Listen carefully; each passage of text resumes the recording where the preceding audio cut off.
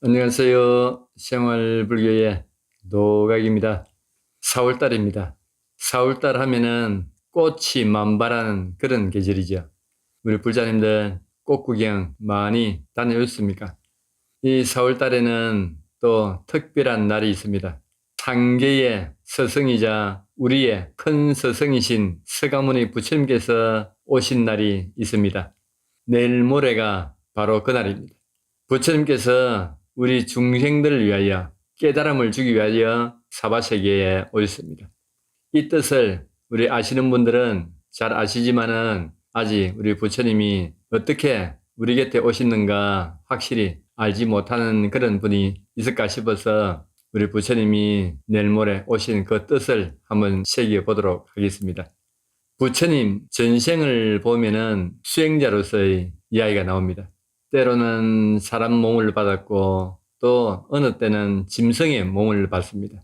또 어느 때는 나무나 생명이 있는 여러 가지 생물의 몸을 받아서 희생을 하고 보시를 하고 그렇게 아주 많은 세월을 갖다가 덕을 쌓습니다.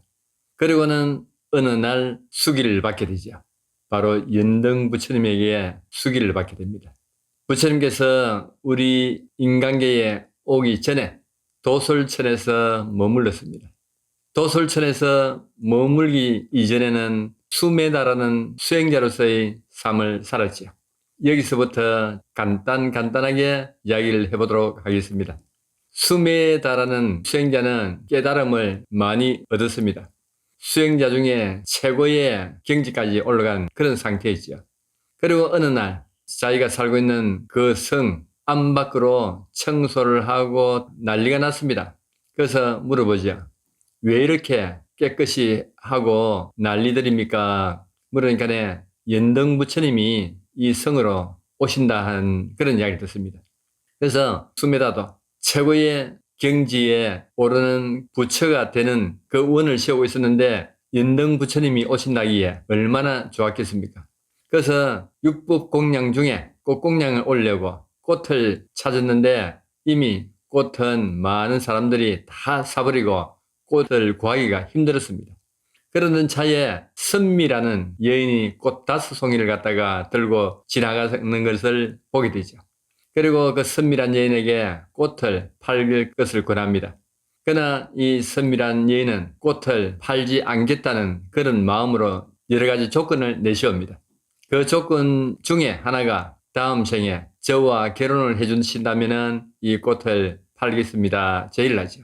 이 수메다 수행자는 그렇게 하겠노라고 약속을 하죠. 부처님께 꽃공양을 올리는 게 우선이었거든요. 그래서 꽃을 사서 기다리는데 연등 부처님이 앞으로 지나갑니다. 꽃을 공양 올리죠. 그러나 연등 부처님께서는 수메다의 얼굴을 보고 아직 애욕이 남아있어서 내가 그 꽃을 받지 못하겠노라고 이야기합니다. 그리고는 얼른 그 말을 듣는 순간 생각하죠. 아, 내가 아직도 수행에서 많은 것이 모자랐구나 하는 것을 느낍니다. 그리고 생각하다가 다시 연등 부처님 뒤를 따릅니다. 들다가 성 가까이에 가는데 웅덩이가 물이 고이는 곳을 지나가게 됩니다. 그때 이 수메다 수행자가 빨리 부처님 앞으로 가서 엎드려서 자기 머리를 풀어서 물 있는 곳을 머리카락으로 덮습니다.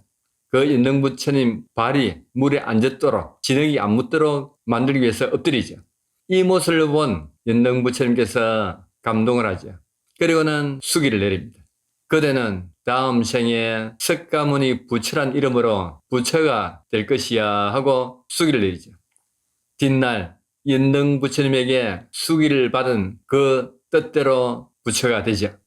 그리고 이 선미라는 여인에게 약속을 한 그 약속대로 결혼을 하게 됩니다. 그 결혼 대상자가 아쇼다라, 즉 이 시달타, 출가 전에 시달타의 부인이 아쇼다라 공주가 되죠. 이 선미도 훗날 많은 공덕을 지어서 공주로 태어나서 이 시달타 태자와 결혼을 하게 됩니다. 전생에 선미란 여인이었죠.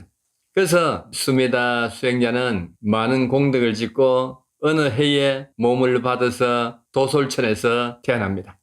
도솔천에서 태어난 수메다 수행자는 많은 수행을 거쳐가지고 십바라밀을 갖다가 완성을 합니다. 완성을 해서 도솔천에서 머물게 되죠. 이 도솔천은 내원궁과 외원궁 두 궁이 있습니다. 안에 있는 내원궁에는 미륵부처가 수행을 하고 있죠. 때가 되면은 이 인간계에 내려와서 법을 설할 준비를 하면서 수행을 하고 있습니다. 그리고 외원궁은 천인들이 머무는 곳이죠.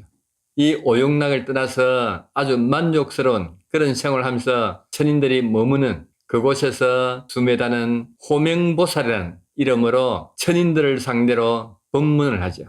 이때가 바로 석가모니 부처님 전생입니다.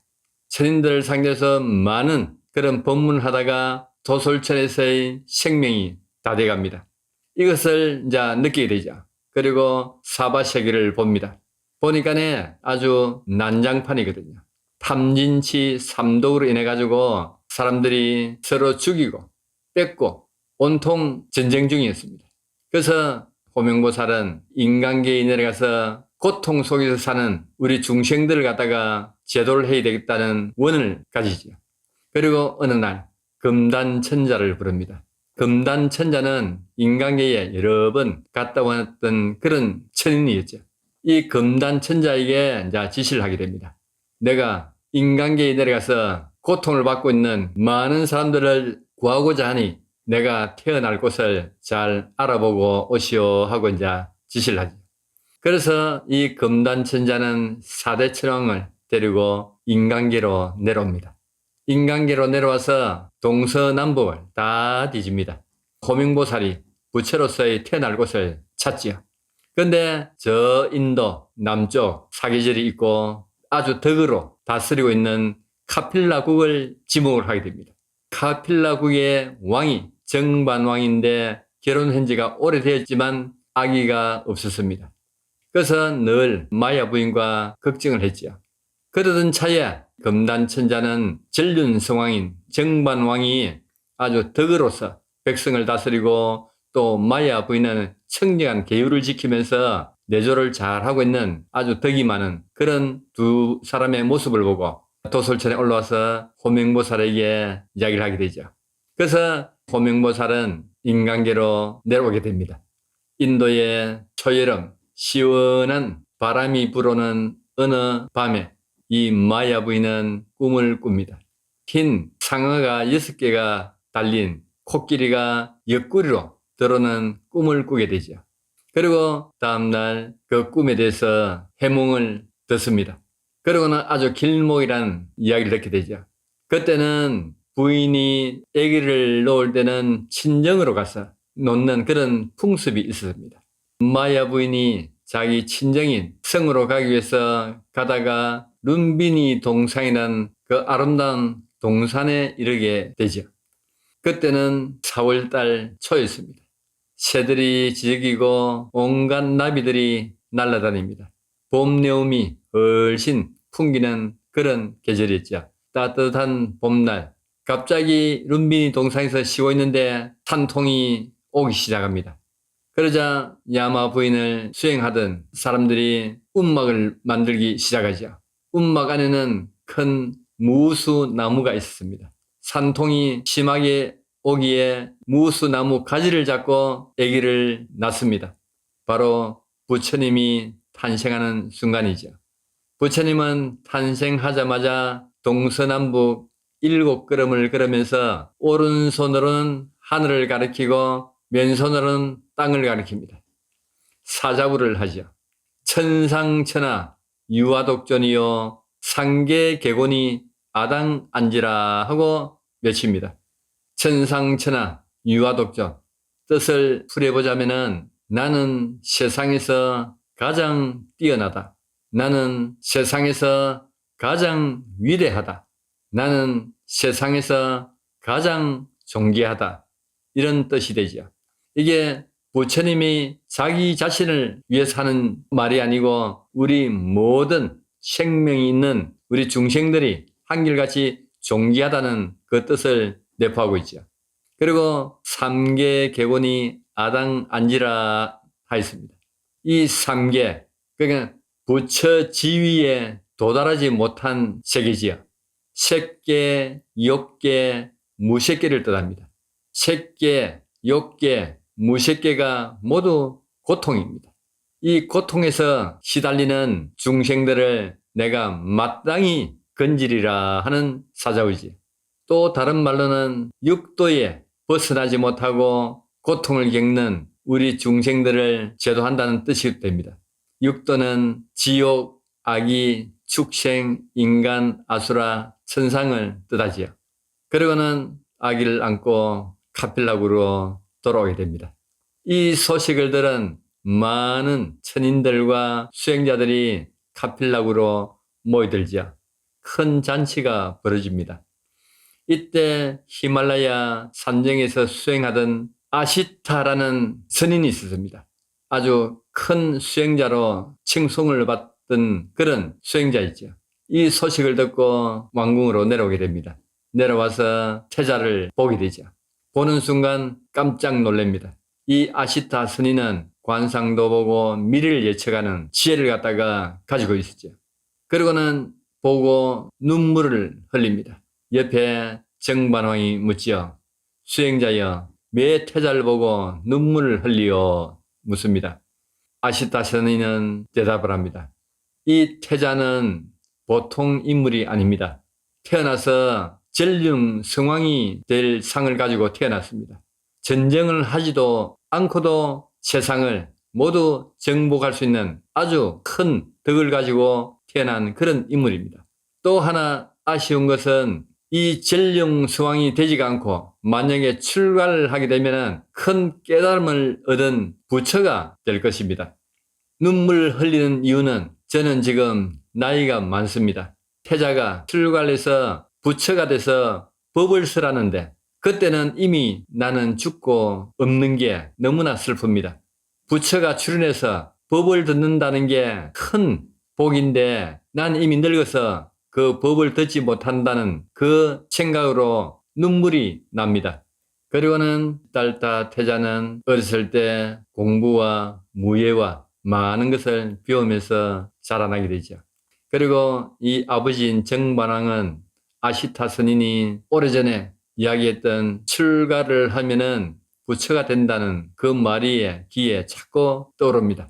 하나밖에 없는 아들이 내 대를 이어서 왕이 되어야지 출가를 하면은 절대로 안 된다는 생각을 가지게 됩니다. 그래서 온갖 놀이기구와 많은 여자들을 가까이 하게 만듭니다. 그리고 빨리 결혼을 시킬 그런 마음까지 가지게 되죠. 그러나 이 시달타 태자는 여느 사람과는 다르게 시간만 나면은 명상을 하게 됩니다.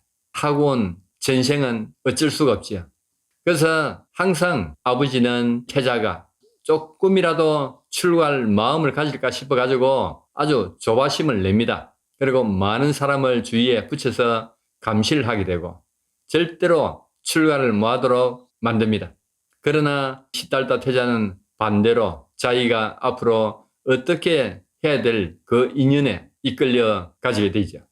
그리고 마침내 출가를 하게 됩니다. 여기서 우리 부처님께서 우리 중생 곁으로 사바세계에 놔둡니다. 놔둬서 온갖 이야기들이 많이 나옵니다. 이야기를 하면은 참 많습니다.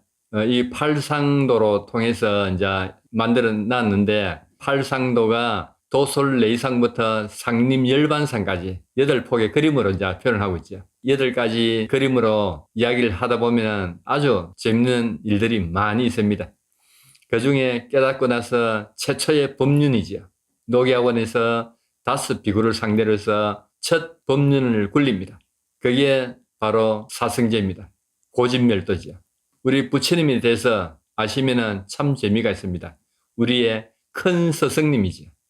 우리 불자님들 내일 모레 4월 초 8일 그 좋은 날 부처님 우리 곁에 오셨습니다. 오신 이유를 갖다가 우리 알고 나면은 한층 우리 부처님이 그렇게 좋을 수가 없습니다.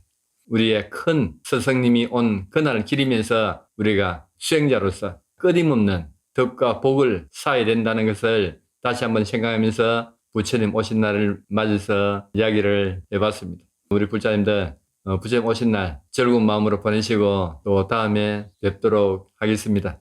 모두 건강하십시오.